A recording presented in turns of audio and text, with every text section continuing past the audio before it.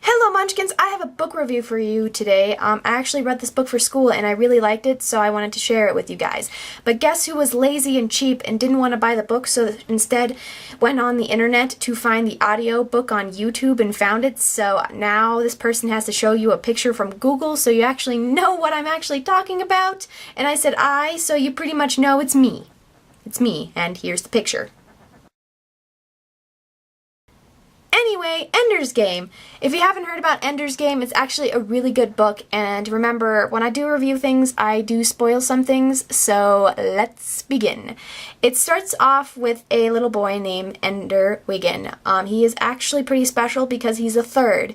In this utopian society, you can only have 2 children, and because these 2 children weren't ready or weren't fit to be soldiers, they had to try for a third.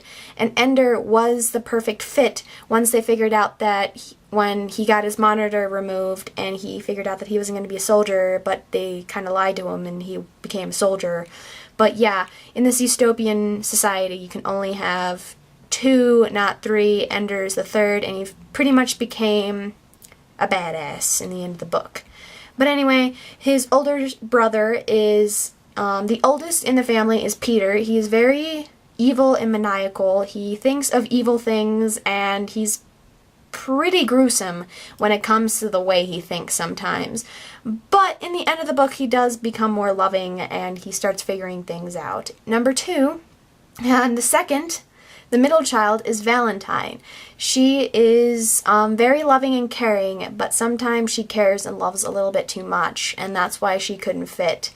Those 2 didn't fit the balance, and this is where Ender comes in. He is loving and he actually has empathy, but he knows what to do when it comes to saving people.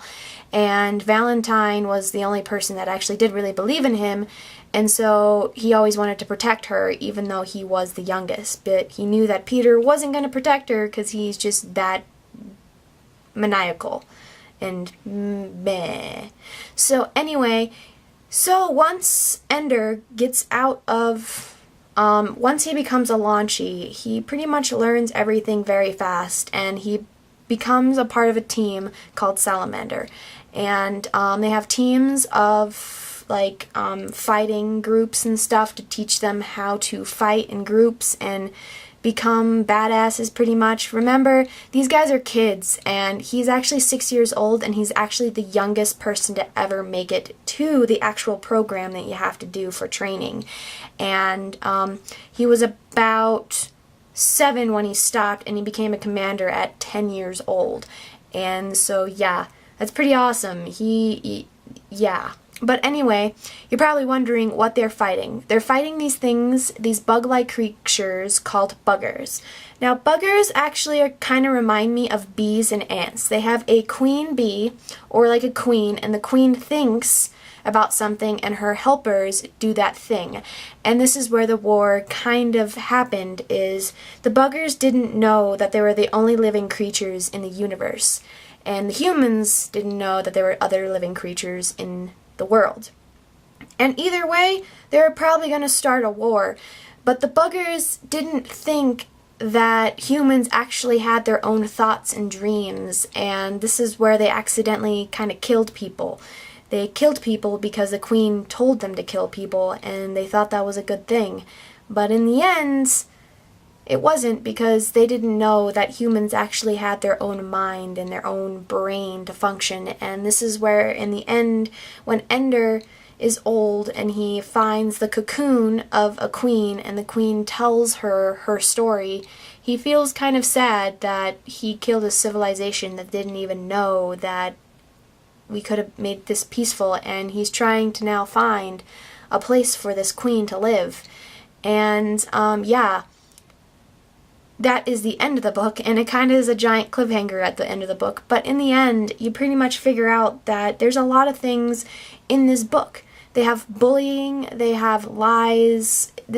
They pretty much made Ender live a lie, because he thought he was just going through assimilation when he actually was fighting a war in the end of the book. So I know I'm jumping around everywhere, but I am. That's just me. So yeah, the only thing I've got to say is I definitely give this book a recommendation. You got to read this, and it's amazing. So I give this book a 9.5 out of 10. It's a really good book, and you should read it. There's so many twists and turns. Like once you think you figured it out, you don't figure it out because there's another twist to it. So the only thing I've got to say is, if you liked what you've seen today, remember to subscribe, click that annotation. Remember to like or dislike, share, and favorite. And the only thing I've got to say is I'll see you later, my Autobots, Decepticons, and Munchkins of all types. And holy crap, it is hot in this room. Whew. And yeah, sorry for not making a video for a long time, but yeah. I was procrastinating on procrastinating on procrastinating on procrastinating. So yeah.